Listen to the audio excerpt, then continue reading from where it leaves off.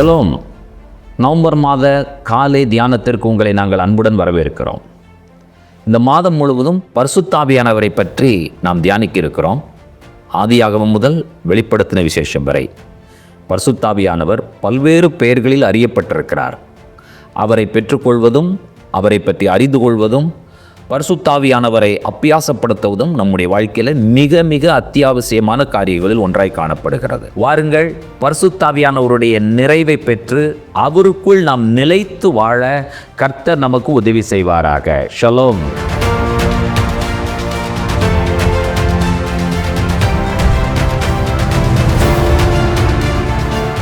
கர்த்தருடைய பரிசுத்த நாமத்திற்கு மகிமை உண்டாவதாக. ஆண்டவராய் இயேசு கிறிஸ்துவின் நாமத்தில் உங்களுக்கு எங்களுடைய அன்பின் நல்வாழ்த்துக்களை மகிழ்ச்சியோடு தெரிவித்துக் கொள்கிறோம். நவம்பர் புதிய மாதத்திற்குள்ளாக நாம் வந்திருக்கிறோம். கடந்த 10 மாதங்கள் தேவனுடைய மிகப்பெரிய கிருபையினால, அவருடைய நன்மையான தயவுனால நாம் கடந்து வர ஆண்டவர் நம்ம மேல் கிருபை பாராட்டினார். அதற்காக நம்ம ஆண்டவருக்கு நன்றிகளை சொல்லுகிறோம். இந்த நவம்பர் மாதம் முழுவதிலும் நாம் பரிசுத்த ஆவியானவரை குறித்து தியானிக்க இருக்கிறோம். நம்முடைய தேவன் திரியேக தேவன் என்பதை நாம் அனைவரும் அறிந்திருக்கிறோம். பிதா, குமாரன், பரிசுத்த ஆவியானவர். பிதாவாகிய தேவன், அவருடைய குமாரனாகிய கிறிஸ்து, நம் எல்லோருக்குள்ளும் வாசமாயிருக்கிற பரிசுத்த ஆவியானவர். இதில் திருச்சபை மக்களாகிய நம் அனைவருக்கும் பிதாவாகிய தேவனை குறித்த ஒரு தெளிவு உண்டு. அதே போல இயேசு கிறிஸ்துவை குறித்த தெளிவும் மிக அதிகமாக உண்டு. இயேசுவை நம்முடைய இரட்சகராக, அது மட்டுமல்லாமல் நம்முடைய தெய்வமாக, அவருடைய சிலுவை மரணம், பாடுகள், அடக்கம், மரணம், உயிர்த்தெழுதல், இவைகள் எல்லாவற்றையும் நாம் தியானித்து நாம் ஒரு தெளிவை பெற்றுக்கொள்கிறோம். திரியேக தேவனிலே பரிசுத்த ஆவியானவர் என்று சொல்லும் பொழுது அநேகருக்கு புதிய ஏற்பாட்டில் பரிசுத்த ஆவியானவர் என்கிற விஷயத்தை தான் அவர்கள் புரிந்து வைத்திருக்கிறார்கள். பரிசுத்த ஆவி என்று சொன்ன உடனே அவர்கள் ஏதோ ஒரு அந்நிய பாஷையை பேசுவது, இல்லாவிட்டால் ஒரு பெரிய சத்தத்தை எழுப்புவது என்கிற பல காரியங்களை புரிந்து வைத்திருக்கிறார்கள். இன்னும் சில சபை ஸ்தாபனங்கள், சபை பிரிவுகள் பரிசுத்த ஆவியானவர் என்று சொல்லும் பொழுது அவர்கள் வேறு விதமாக நினைக்கிறவர்களாகவும், சிந்திக்கிறவர்களாகவும், போதிக்கிறவர்களாகவும் காணப்படுகிறார்கள்.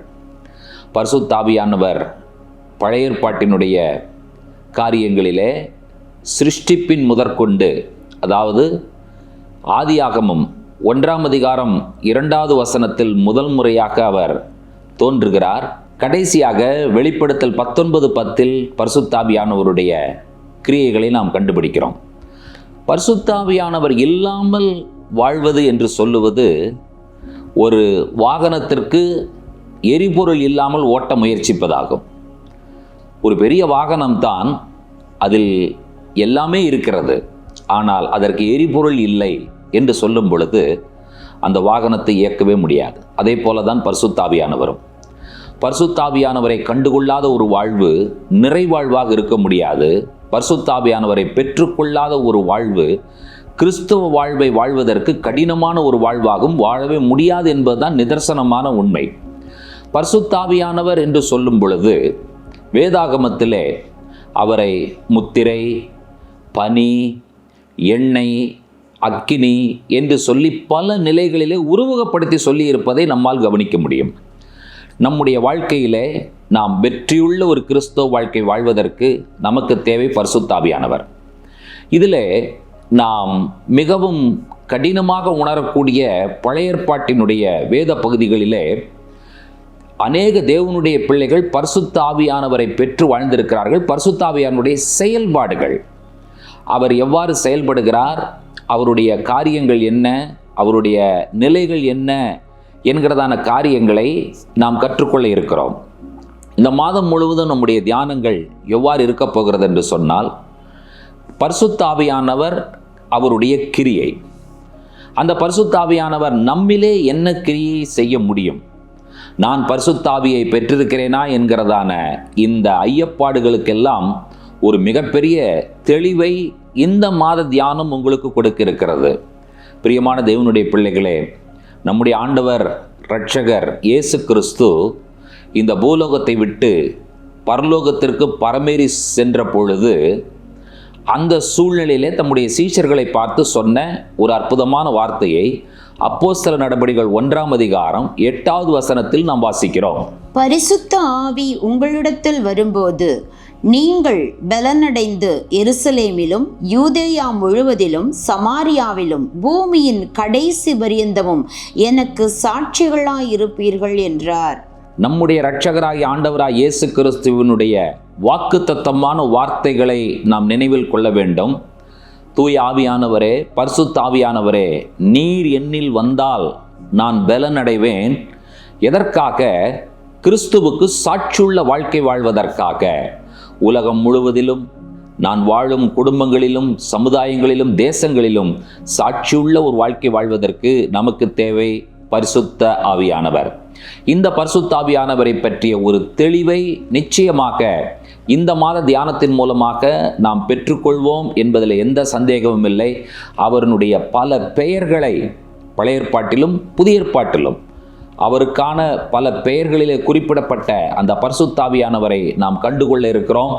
பரிசுத்தாவியானவருடைய நிறைவு நம்முடைய வாழ்க்கையிலே காணப்படும் பொழுது மட்டுமே நாம் நிறைவுள்ளவர்களாக, ஆசீர்வாதம் உள்ளவர்களாக, சந்தோஷம் உள்ளவர்களாக வாழ முடியும். பரிசுத்தாவியானவர் யாருங்கிற கேள்விக்கு பதில் என்னவென்றால், அவர் தேற்றரவாளன், அவர் சமாதானம் கொடுக்கிறவர், நம்மை ஆற்றுகிறவர், நம்மை தேற்றுகிறவர், நம்மை பலப்படுத்தி நம்மை வழி நடத்துகிறவர். ஆவியானவருடைய ஆலோசனையின்படி நாம் நடக்க வேண்டும் என்று சொன்னால் அதற்கு பரிசுத்த ஆவியானவரை பற்றிய ஒரு முழுமையான தெளிவு நமக்கு தேவைப்படுகிறது. இந்த நாட்களிலே பரிசுத்த ஆவியானவருடைய நிறைவை நாம் பெற்றுக்கொள்ளவும் அவரை பற்றி முழுமையான ஒரு புரிந்து கொள்ளுதலை கர்த்தர் நமக்கு தரும்படியாகவும் இந்த மாத தியானம் நமக்கு அமையப் போகிறது. நிச்சயமாக பரிசுத்த ஆவியானவர் நம் ஒவ்வொருவருக்குள்ளும் வருவதற்கு அவர் ஆயத்தமாயிருக்கிறார். பரிசுத்த ஆவியானவரே, நீர் எனக்குள்ளாக வாரும் என்று சொல்லி நாம் அழைக்கும் பொழுது நமக்குள்ளாக வந்து நம்முடைய உள்ளான மனுஷனை அவர் பலப்படுத்தி நம்முடைய வாழ்க்கையிலே நிறைவையும் சந்தோஷத்தையும் மகிழ்ச்சியும் கொடுப்பதற்கு அவர் போதுமானவர். வாருங்கள், நாம் இணைந்து பரிசுத்த ஆவியானவரை தியானிப்போம், அவரில் நிறைவை பெற்றுக்கொள்ளுவோம், அவரில் மகிழவும் களிகூறவும் சந்தோஷப்படவும் அவரின் மூலமாக ஆசீர்வதிக்கப்படவும் கர்த்தர் நம்மேல் சித்தமுள்ளவராய் இருக்கிறார் என்கிற சந்தோஷமான செய்தியை இந்த காலை வேளையிலே சொல்லிக்கொள்ள விரும்புகிறோம். கர்த்தர் தாமே நம் ஒவ்வொருவரையும் பரிசுத்த ஆவியானவரால் நிரப்பி வழி நடத்துவாராக. ஜெபிப்போம். இரக்கத்தில் ஐஸ்வர்யம் உள்ள எங்கள் அன்பின் பரலோக பிதாவே, இந்த ஆசீர்வதிக்கப்பட்ட அற்புதமான மனமகிழ்ச்சியின் காலை பொழுதிலே பரிசுத்த ஆவியானவர் எங்களை பலனடைய செய்கிற ஆவியானவர். எங்களுடைய ஆவி, ஆத்துமா, சரீரத்திலே ஒரு பலன் தேவை. அதற்கு பரிசுத்த ஆவியானவர் எங்களுக்கு தேவை என்பதை நாங்கள் அறிந்திருக்கிறோம். பல நிலைகளிலும் பரிசுத்த ஆவியானவர் கர்த்தாவே பழைய ஏற்பாட்டினுடைய நிகழ்வுகளிலே, ஆண்டவரே கிரியேஷனில், சிருஷ்டிப்பில், இன்னும் ஆண்டவரே ஒவ்வொரு தனி மனிதர்களுடைய வாழ்க்கையிலும் ஆண்டவரே பரிசுத்த ஆவியானவருடைய இடைப்பாடுகள், செயல்பாடுகள், கிரியைகள், அவருடைய நிறைவுகள், இவைகள் எல்லாவற்றையும் நாங்கள் தியானிக்க ஆயத்தமாயிருக்கிறோம். இவைகளை நாங்கள் தியானிக்கும் பொழுது எங்களுடைய வாழ்க்கையிலும் அந்த நிறைவை கொடுத்து கர்த்தரைகளை வழிநடத்த வேண்டும் என்று சொல்லி நாங்கள் ஒப்புக் கொடுத்து ஜெபிக்கிறோம். பிதா, குமாரன், பரிசுத்த ஆவியாகிய திரியேக தேவனுக்கு எங்களுடைய உள்ளத்தின் ஆழத்திலிருந்து நன்றிகளையும் துதிகளையும் ஸ்தோத்திரங்களையும் நாங்கள் ஏறெடுக்கிறோம்.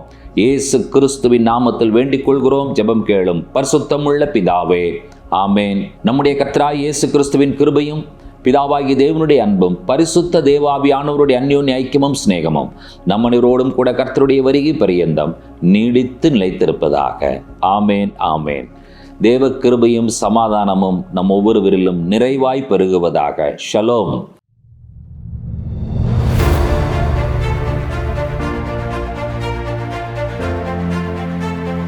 பரிசுத்த ஆவியானவர் கர்த்தருடைய ஆவியானவர். அவருடைய கிரியைகள் என்ன? அதை நாம் புரிந்து கொள்ளும் பொழுது என்னுடைய வாழ்க்கையில் அவரால் என்ன செய்ய முடியும் என்கிறதான தெளிவை பெற்றுக்கொண்டு அதை நாம் ஆண்டவரிடத்தில் கேட்கும் பொழுது ஆண்டவர் நமக்கு அதை செயல்படுத்துகிறார் என்பதே நாம் கற்றுக்கொள்ள வேண்டிய மிகப்பெரிய உண்மையாக இருக்கிறது.